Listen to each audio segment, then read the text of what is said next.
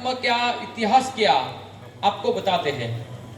सबसे पहले तो भगवान द्वारकाधीश जी का जो मुख्य मंदिर है, इस मंदिर का निर्माण 5000 साल पहले भगवान श्री कृष्ण और रुक्मणी जी के पुत्र हुए प्रद्युम्न जी, प्रद्युम्न जी के बेटे हुए अनिरुद्ध जी और अनिरुद्ध जी के बेटे हुए वज्रनाथ जी, जिन्होंने विश्वकर्मा जी को कहा और विश्वकर्मा जी ने अपनी मंत्रो शक्ति द्वारा एक रात्रि में भगवान श्री द्वारकाधीश जी का मुख्य मंदिर बनवाया। जो द्वारकाधीश जी का मंदिर 5000 साल पुराना प्राचीन मंदिर है। 150 फीट मंदिर की कुल ऊंचाई है। मंदिर के ऊपर में भगवान द्वारकाधीश जी को 40 मीटर कपड़े में से बना हुआ ठाकुर जी का ध्वज, जो एक दिन में आने वाले यात्रियों के द्वारा 5 बार रोजाना ध्वज बदली होता है, क्योंकि भगवान द्वारकानाथ का ऐसा एक वचन है कि मैं नहीं लेकिन मेरा नाम रहेगा तब तक ब्राह्मण भूखे नहीं रहेंगे, क्योंकि भगवान के पास में रहने वाले ब्राह्मण हैं और भगवान कहते भी है कि अविद्योवा सविद्योवा ब्राह्मणा माम की तनु, कि भगवान का अंग ब्राह्मण है। तो द्वारका में कोई आमदनी नहीं है, कोई खेती नहीं है, कोई फैक्ट्री नहीं है, तो भगवान के नाम से ब्राह्मणों का गुजरान चलता है। तो द्वारकानाथ का ध्वज बदली करवाना हो तो द्वारका जी के ऊपर में 3.5 से 4 हजार ब्राह्मण हैं। समस्त ब्राह्मणों को भोजन करवाना पड़ता है। भोजन का शक्ति नहीं दिया तो समस्त ब्राह्मणों को 1-1 किलो अन्नदान देना पड़ता है, यानी कि 4000 किलो अन्न देना पड़ता है। अन्नदान का भी शक्ति नहीं है तो 2-2 रुपया ब्राह्मणों को दक्षिणा अर्पण करना पड़ता है, जिसमें कम से कम 20,000 से लेकर 1 लाख रुपया एक ध्वज का खर्च लगता है। और एक ध्वज बदली करवाने के लिए हमारी ब्राह्मण संस्था में 3 से 4 साल पहले इसके लिए बुकिंग करवानी पड़ती है। 3-4 साल बाद में नंबर आता है, फिर भगवान द्वारकानाथ का ध्वज सेवा होता है। एक दिन में 5 बार रोजाना भगवान द्वारकानाथ का ध्वज बदली होता है। द्वारकाधीश जी के मंदिर में एक तरफ में 7 मंजिल है, 7 मंजिल है और दूसरे तरफ में 4 मंजिल है। इसका भी धार्मिक कारण है कि पूरे भारत यात्रा के अंदर में केवल द्वारका यात्रा ऐसी यात्रा है कि जहां आने से हिंदू मान्यता अनुसार 2 यात्रा का फल मिलता है। जो 2 यात्रा के अंदर में एक मोक्षपुरी का फल और एक धाम का फल। भारत यात्रा में हिंदुओं का 7 पुरी का यात्रा और 4 धाम का यात्रा है। जो 7 मोक्षपुरी में प्रथम मोक्षपुरी है अयोध्या, दूसरे नंबर की मोक्षपुरी है मथुरा, तीसरे नंबर की मोक्षपुरी है हरिद्वार, चौथे नंबर की मोक्षपुरी है बनारस काशी, 5वें नंबर का मोक्षपुरी है कांचीपुरम, 6ठे नंबर का मोक्षपुरी है उज्जैन और 7वें नंबर का मोक्षपुरी है द्वारिका। 7 पुरी के ऊपर में है 4 धाम, जिसमें रामेश्वर दक्षिण में, जगन्नाथ जी पूरब में, बद्रीनाथ जी उत्तराखंड में और पश्चिम में है द्वारका। आप रामेश्वर के, जगन्नाथ के, बद्रीनाथ जाओगे तो मोक्षपुरी का फल नहीं मिलेगा, मोक्षपुरी में जाओगे तो धाम का फल नहीं मिलेगा, लेकिन द्वारका में आने से मोक्षपुरी का भी यात्रा पूर्ण होता है, धाम का भी यात्रा पूर्ण होता है। ये इस भूमि की विशेषता है, क्योंकि इस भूमि के ऊपर में भगवान द्वारकाधीश जी 100 साल तक रहे। 125 में से 100 साल भगवान इस तीर्थ में रहे, तो महिमा इस भूमि का है। जो भूमि पे आप यात्रा करने के लिए आए, यात्रा नहीं लेकिन भागवत जी के लिए आए, क्योंकि कलयुग में तीर्थ मिलना ही मुश्किल है, तो उसमें भी द्वारका जैसा धाम, भागवत जैसा कार्य और 7 दिन द्वारका में रुकना, ये भगवान द्वारकानाथ जी की आपके परिवार के ऊपर में उत्तम कृपा है। और ब्राह्मणों के द्वारा आशीर्वाद भी है कि भगवान द्वारकानाथ जी ये कृपा आपके परिवार पे बनाए रखें, ठाकुर जी आपको धन से पूर्ण रखें, स्वस्थ रखें और पुनः जल्दी जल्दी जल्दी जल्दी जल्दी जल्दी सपरिवार फिर आप द्वारका में भव्य से भव्य से द्वारका में उत्सव करने के लिए पधारो, इसे ब्राह्मणों के द्वारा भी आशीर्वाद। बोलिए द्वारकानाथ भगवान की। भगवान कृष्ण जी का जन्म स्थान मथुरा। जब मथुरा में भगवान कृष्ण जी ने अपने मामा कंस का वध किया, तो कंस की जो पत्नी है वो चक्रवर्ती राजा जरासंध की लड़की लगती है। तो अपने पिता जरासंध से कहती है कि मेरे पति यानी आपके जमाई कंस का एक बालक वध कर गए और आप कुछ न कर पाओ, तो आपको चक्रवर्ती राजा कहलाने का अधिकार नहीं है। बेटी की बातें सुनकर भगवान कृष्ण जी ने जरासंध के साथ में 17 बार युद्ध किया। भगवान कृष्ण जी को पता है कि जरासंध का जो मृत्यु है यह पांडव पुत्र भीम के हाथों निश्चित है। तो भगवान कृष्ण जी ने गरुड़ जी को आदेश दिया कि जहां मैं राज करूं, जहां पर मैं शांति ले सकूं, ऐसा भूमि कहां है। तो गरुड़ जी ने द्वारका जी का वर्णन किया, जो स्वर्ग का द्वार है, यानी कि द्वारिका, द्वार वत्ता का, द्वार यानी कि दरवाजा, का यानी कि स्वर्ग, जो स्वर्ग का द्वार है, जिस तीर्थ के अंदर में ब्रह्मा जी ने 10,000 साल तक तपस्या किया। आज भी ब्रह्मकुंड के नाम से स्थान प्रचलित है, इसके आगे में ब्रह्मकुंड है। जो स्वर्ग का द्वार है हम वहां चलते हैं। फिर भगवान द्वारकानाथ जी मथुरा छोड़कर द्वारका में आए। भगवान द्वारकानाथ का नाम हुआ रणछोड़ राय भगवान। रण छोड़ के आए इसलिए भी, और बहुत सारे कथाकार ऐसे भी कहते हैं कि भगवान द्वारकानाथ ने जरासंध को 17 बार रण छुड़वाया, उसके बाद भगवान इस तीर्थ में आए, इसलिए भगवान का नाम हुआ रणछोड़ राय भगवान। यहाँ ठाकुर जी ने 100 साल तक राज किया। ये भगवान की कर्म भूमि है। बाकी तो मंदिर भारत के हर गांव में और हर घर में होते हैं। फिर भी हम लोग तीर्थ में क्यों जाते हैं? तो शास्त्रों में बताया, अन्य क्षेत्रे कृतम पापम तीर्थ क्षेत्रे विनश्यति। हमको कलयुग में 3 प्रकार का दोष लगता है। जाने अनजाने हमारे क्षेत्र में, हमारे काया से, हमारी वाणी से या हमारे मन से अगर कोई पाप होता है तो हम तीर्थ यात्रा करते हैं और तीर्थ में भी शुभ कर्म करते हैं, तो हमारे पापों का नाश होता है, हमारे पुण्य का वृद्धि होता है, हमारे पितरों का उद्धार होता है और हमारा मनोकामना सिद्ध होता है। तो हर यात्रा का अलग कर्म है।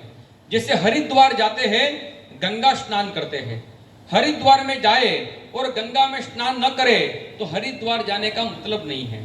बद्रीनाथ जाते हैं तो बद्रीनाथ के अंदर में तब तक कुंड में स्नान करना और अपने पितरों मोक्षार्थे पिंडदान करना, उसको बताया गया ब्रह्म कपाली पिंडदान। जगन्नाथ जी में जाते हैं तो ठाकुर जी को चावल का अटका भोग लगाते हैं, और जगन्नाथ में तो कहते भी है कि जिसने नहीं लगाया बाबा जगन्नाथ को अटका, उसको रह गया जीवन भर का खटका। तो वहां पर में अटका भोग का महिमा है। रामेश्वर में जाते हैं तो 22 कुंड का स्नान और शिव पूजा का महिमा है। ये भगवान द्वारकानाथ की कर्म भूमि। इस भूमि पे आने वाले तीर्थ यात्री इस तीर्थ में अपने नाम गोत्र द्वारा, अपने माता पिता के नाम गोत्र द्वारा या अपने पितृ मोक्षार्थे 3 कार्य करते हैं। 3 कर्म के अंदर में पहला कर्म भगवान द्वारकानाथ के मंदिर के ऊपर में ठाकुर जी का 52 गज यानी कि 40 मीटर कपड़े का ध्वज बदली करवाना। दूसरे नंबर का कर्म द्वारका में तुलादान देना, कि भगवान कृष्ण जी का सत्यभामा रानी ने द्वारका जी के अंदर में सुवर्ण के द्वारा भगवान का तुलादान करवाया, कि एक तराजू में भगवान कृष्ण जी बैठे, एक तराजू में सोना रखा गया। जब भगवान नहीं तुले तब मां रुक्मणी जी आए और रुक्मणी जी ने तुलसी पान रखकर भगवान कृष्ण जी का तुलादान पूर्ण करवाया। तब से लेकर आज तक द्वारका जी के अंदर में आने वाले तीर्थ यात्री अपने वजन के बराबर 7 प्रकार के अन्न के द्वारा, जिसमें गेहूं, चीनी, चावल, 2 दाल, घी और तेल, 7 प्रकार के अन्न के द्वारा इस भूमि पे अपना शरीर तोलकर जो दान देते हैं, इस दान का नाम बताया तुलादान। क्योंकि द्वारका में खेती नहीं होता, यह द्वारका जी पूरा बंजर भूमि है। भगवान कृष्ण रुक्मणी ने अपने गुरु दुर्वासा मुनि को भोजन के लिए न्योता दिया, लेकिन भोजन करवाने से पहले गुरु आदेश लिए बगैर भगवान कृष्ण रुक्मणी ने जल ग्रहण किया। गुरु दुर्वासा मुनि ने श्राप दिया, आपने हमको भोजन के लिए बुलवाया, हमको भोजन कराया नहीं, हमको पानी पिलाया नहीं, उससे पहले गुरु आदेश लिए बगैर जल ग्रहण किया, तो हमारे गुरुकुल का अपराध हुआ। तो आपका ये द्वारका भूमि पूरा बंजर हो जाएगा। तो आज भी द्वारका में खेती होता नहीं है।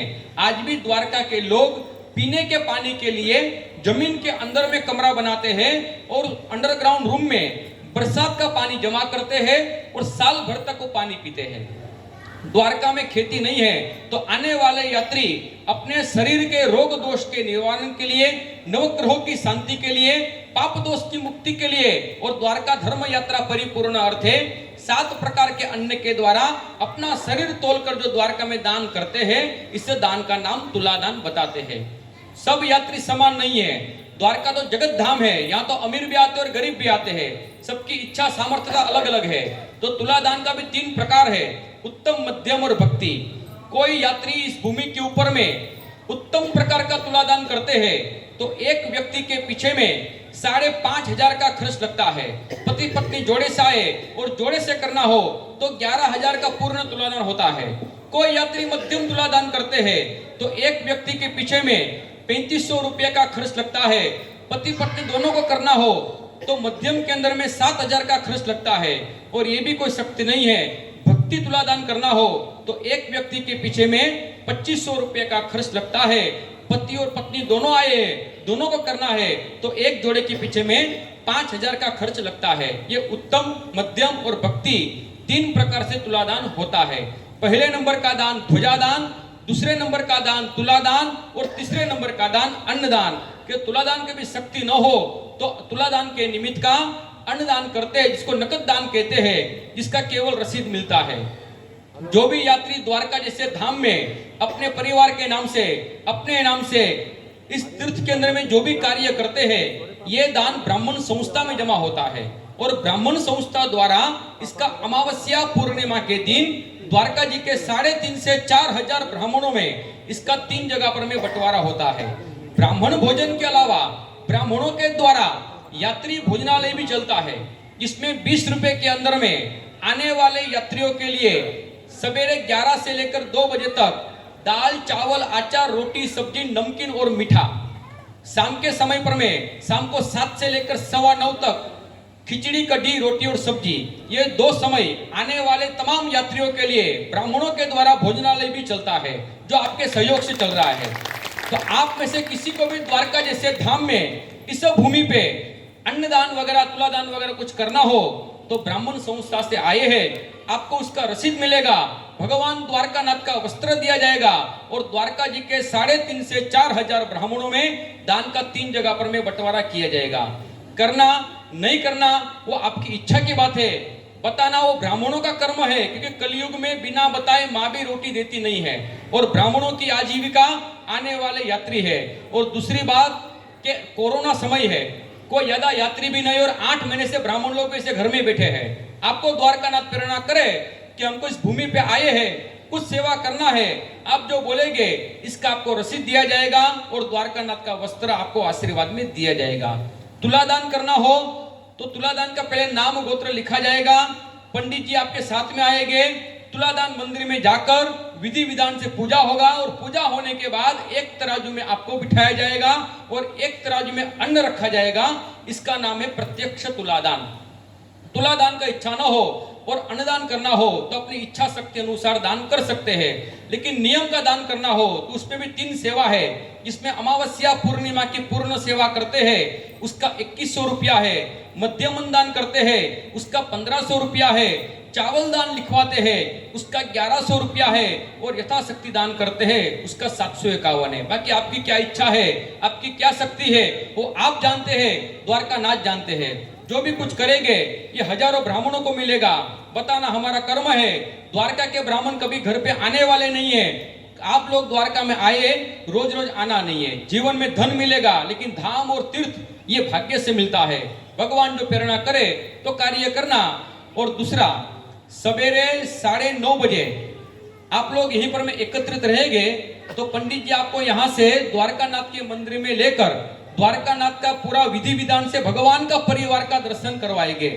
जो आप हो सके तो आप यहाँ रहना। तो पंडित जी आएंगे 9:30 बजे, यहाँ से आपको ले जाएंगे गोमती घाट, तुलादान मंदिर और द्वारका नाथ का मंदिर, और भगवान का मंदिर में परिवार है, वो परिवार का नियम अनुसार आपको पूरा दर्शन करवाएंगे। अभी आपकी किसी की इच्छा हो कि हमको तुलादान लिखवाना है कि अनुदान लिखवाना है, तो भी हम आधा घंटा तक यहाँ बैठे हैं, आधा घंटे में किसी की इच्छा हो कि हमको तुलादान के अनुदान कुछ लिखवाना हो, तो उसका आपको रसीद और द्वारकानाथ का वस्त्र दिया जाएगा। बाकी ब्राह्मणों के द्वारा आशीर्वाद है कि भगवान द्वारकानाथ जी आपको खूब आनंद में रखे, खूब सुखी रखे, खूब संपन्न रखे, शरीर स्वस्थ रखे और पुनः भगवान द्वारकानाथ जी आपको द्वारका यात्रा हेतु बुलाए, इससे ब्राह्मणों का आशीर्वाद। बोलिए द्वारकानाथ भगवान की जय हो, गुरु महाराज की, गौ माता की जय हो। अगर किसी की इच्छा हो कि हमको द्वारका जैसे धाम में तुलादान करवाना हो कि अनुदान लिखवाना हो, अभी आधा पौना घंटे तक यहाँ बैठे हैं, अगर बोलेंगे उसका रसीद दिया जाएगा और ठाकुर जी का वस्त्र आशीर्वाद में दिया जाएगा।